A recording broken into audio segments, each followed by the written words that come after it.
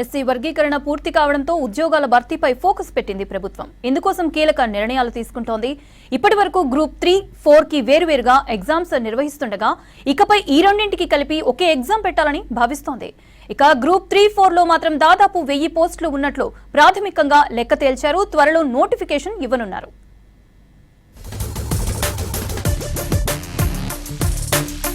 SC వర్గీకరణ పూర్తి కావడంతో ఉద్యోగాల భర్తీపై ఫోకస్ పెట్టింది ప్రభుత్వం. ఇందుకోసం కీలక నిర్ణయాలు తీసుకుంటోంది. ఇప్పటివరకు గ్రూప్ 3, 4 కు వేర్వేరు ఎగ్జామ్స్ నిర్వహిస్తుండగా ఇకపై రెండింటికి కలిపి ఒకే ఎగ్జామ్ పెట్టాలని భావిస్తోంది. ఈ మేరకు కసరత్తు చేస్తున్నట్టు తెలుస్తోంది. గ్రూప్ 3, 4 కు ఒకే సిలబస్, క్వాలిఫికేషన్ ఉంది. కేవలం పోస్టింగ్ విషయంలోనే మార్పు ఉంది. గ్రూప్ 3 కింద రిక్రూట్ అయ్యే వాళ్ళు హెచ్ఓడి ఆఫీసుల్లో పోస్టింగ్ అవుతుండగా గ్రూప్ 4 కింద రిక్రూట్ అయ్యే వాళ్ళు జిల్లా కార్యాలయాల్లో పోస్టింగ్ అవుతున్నారు. త్వరలోనే దాదాపు 27,000 ఉద్యోగాలను డైరెక్ట్ రిక్రూట్మెంట్ కింద భర్తీ చేసేందుకు ప్రభుత్వం కసరత్తు చేస్తుంది. ఇప్పటికే వివిధ శాఖల నుంచి ఖాళీల వివరాలను తెప్పించుకుంది. వాటిని ఫైనల్ చేసి ఫైనాన్స్ అప్రూవల్ ఇవ్వనుంది.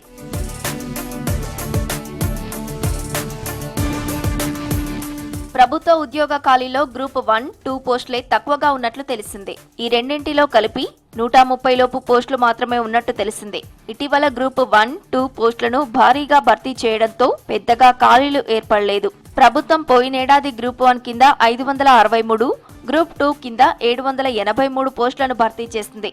ఈ మధ్యకాలంలో రిటైర్మెంట్లు పెద్దగా కాలేదు. దీంతో ఖాళీలు ఎక్కువగా ఏర్పడలేదు.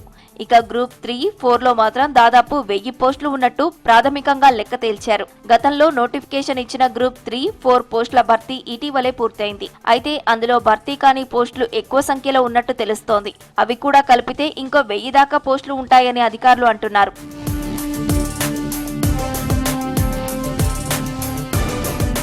అత్యధికంగా పోలీస్ శాఖలో 14,000 పోస్టులు ఉన్నట్టు తేల్చారు. ఇందులో కానిస్టేబుల్, ఎస్ఐ పోస్టులు ఉన్నాయి.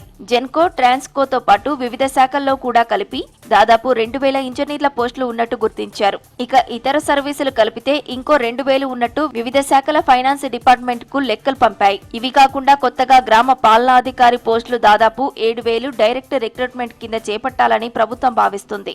వివిధ శాఖల్లో అడ్జస్ట్ అయిన వీఆర్ఓ, వీఆర్ఏల నుంచి దాదాపు 5,000 పోస్టులు భర్తీ చేయనున్నారు. మిగిలినవి డైరెక్ట్ రిక్రూట్మెంట్ కింద చేసేందుకు ఇప్పటికే సర్వీస్ రూల్స్ సిద్ధం చేశారు.